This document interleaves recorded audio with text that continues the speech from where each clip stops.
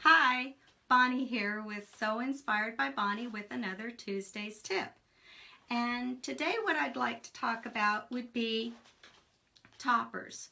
And toppers for stabilizer are really meant to put on on top of a project as opposed to on the bottom. That was their main use. So they are used to hold up stitches to keep them from falling down into the nap of fabric, say a towel or fake fur or a knit. Sometimes knit, you don't think of that as being something with a nap, but it's kind of spongy. A knit fabric is like a sweatshirt or things of that nature. They're kind of spongy, and so there's a density there, and you don't want the stitches to fall down into that density. You want them to stay up above the topper. So that's what the topper does, is it provides a base for your stitches to lay on so they don't sink down into a towel or a sweatshirt or things of that nature.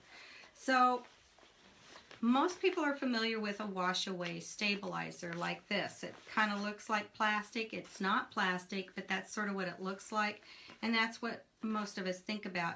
Now, I did use the topper on this cotton fabric. Generally speaking, you wouldn't use a topper on cotton fabric. I'm just doing that for demonstration purposes. Having said that, I have found that if you do use a topper when you're doing teeny tiny lettering or a teeny tiny design, sometimes that detail falls down into the fibers of the fabric. So a topper gives you a little bit smoother stitch out with that. So there's always an exception to every rule, and that seems to be the exception to the toppers. Generally speaking, you use a topper on a napped type fabric or a knit that has the spongy density to it, or you can use it with tiny lettering, things of that nature, so that the stitches don't fall down into the fibers. The trick that I wanted to share with you, a customer actually told me about it, and it's pretty nifty. You just take your water-soluble stabilizer, tear it away as you normally would from the top, and then you take a paper towel. You're going to have some stabilizer left within the little loops of the design. This is just, a sample design. You're going to take and lay the design face up. I know last week I told you I iron everything for embroidery.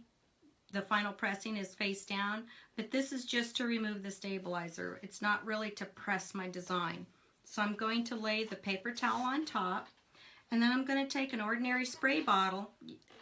Any spray bottle will work. You just want it filled with water, so just make sure if you're using something that you've used before, it's nice and clean. And you're going to spritz that paper towel. You want the paper towel to be damp, but not soppy wet. So that seems pretty good. That's, nice and damp. And then you're going to use about a medium heat, no steam. So I will turn my steam off here. And you're going to just kind of press the paper towel for about, until the paper towel is sort of dry, but not terribly dry. I know, this is not rocket science, and there's no clear set of rules for this, but I would say, anywhere from 10 to 20 seconds, something like that. So I'm just going to sit here and kind of press on this, and what will happen is the water-soluble stabilizer will stick to the paper towel, so that when you lift the paper towel, the stabilizer goes with it and leaves your project, which is pretty slick. Used to be that we'd, go in there and really dig and pick at the little design, or we'd throw it in the washing machine. And this saves you from having to wash your project if you're giving it as a gift. So then you just sort of slowly lift up your paper towel. It's almost dry. It's almost dry. And there it's removed the stabilizer from inside the loops. So that's one method. Something else that I failed to mention at the beginning is I store all of my water-soluble stabilizer in a plastic bag. The reason I do that is because there's two elements that could harm your stabilizer. The air conditioning and heat can actually dry out the stabilizer and make it kind of dry and crackly feeling, and you don't want that. Or if you have a lot of humidity and moisture, it can actually stick to itself, which we certainly don't want that. So I've always stored my water-soluble stabilizer in a plastic bag. The next topper that I wanted to discuss, a friend of mine, Julie Ford, turned me onto this, is a product called Clear and Melt. Now I know all Viking stores do carry this. I got this one out of the Viking store inside of Joann's. Again, it's called Clear and Melt. And what this does is it looks a lot like the wash away plasticky type stabilizer, but it's a heat away type stabilizer.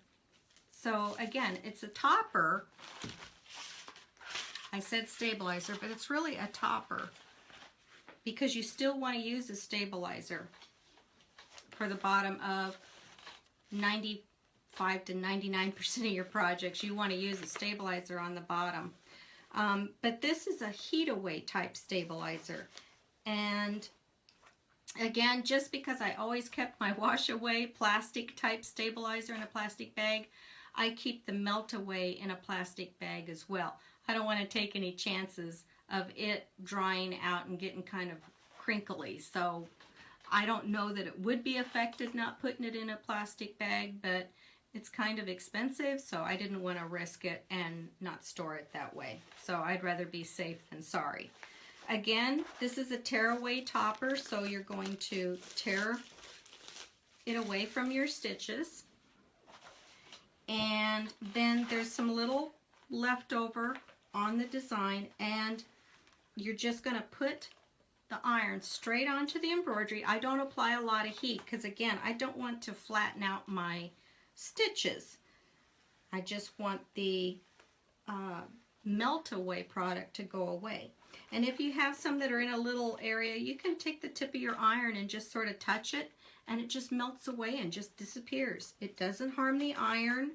It doesn't make a sticky residue or anything like that. It just disappears. It's really cool stuff. So you just go inside the edges and can make it disappear that way. And again, it gets it off of your product.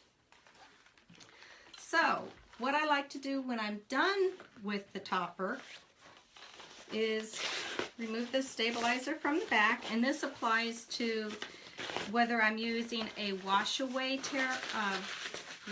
topper or the melt away topper. I'll tear away my stabilizer from the back, which on this one I just used a regular medium weight tear away. And then I get out my spray starch and I'll spray the area nice and good. And if you watched my video from last week, I like to get out a towel and lay it on top of my pressing surface, and I like to have a nice sturdy pressing surface that doesn't bounce around. I lay my embroideries face down in the towel, and if you look at the embroidery, it's got a little bit of puckering going on. See that? And the reason it has a little puckering is, one, I added some spray starch, but also when you iron from the front of an embroidery, sometimes what will happen is you have this density. Say this is your stitches. You'll have a density that's laying on top of your fabric, and you're pushing down on it, and so it's pushing against the fibers of the fabric, and sometimes that actually causes puckers instead of getting rid of puckers. If you put the embroidery face down in a napped fabric or a towel, you're giving that density a place to disappear into that towel beneath your fabric, because you're ironing from the top now. Your fabric is on, you've turned it upside down. The stitches have a place to go into the towel without pushing against the fibers of your fabric. I hope that makes sense, but trust me, it just really works. So at this point, now I can turn my steam on. And here's where I can add some elbow grease, I guess, and put a little muscle behind my ironing, because I want to push those fibers down into the towel nice and sturdy. And it'll get nice and smooth. I'm kind of pressing to make sure that it's nice and dry from the spray starch. And then you can see it's a nice crisp embroidery with the wrinkles and no puckers. It's like magic. It just really is cool how that works. The only place I don't use steam is when I'm ironing the back of the glitter flex, unless it's been fused down for a while. If it's kind of like its first 1 or 2 fusings on there, because I fuse it when I'm at the embroidery machine while it's still in the hoop, and then I do the pressing afterwards. Those 2 pressings, I don't use any steam whatsoever, because steam can interfere with the pressing process. So there's always exceptions to every rule you can come up with, and we're always learning new techniques as we go along. Hi, glad to see you come. I wish I could read the name, but my eyesight's really bad. So anyway, I'm glad to see you guys come. It was a lot of fun. I hope you've learned a couple of techniques. If you have any questions, please feel free to post them. I do read every post on the Facebook, and I try to answer them as quickly as possible. I do want to say again that the Clear and Melt is at a Viking dealer store. You can get that there. There's another product that's also like Clear and Melt. It's a plastic looking heat away topper that is at All Stitch. So you can Google them online. They're really neat to deal with. No affiliation, it's just where I've found the products.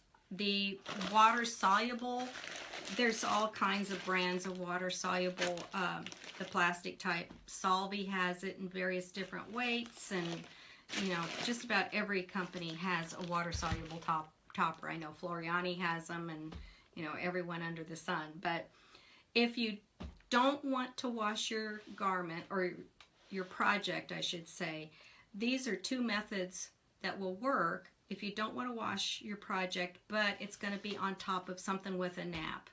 I hope you've enjoyed it. Again, if you have any questions, please feel free to ask me, and I will answer them as soon as possible. Until next Tuesday, see you then. Bye-bye.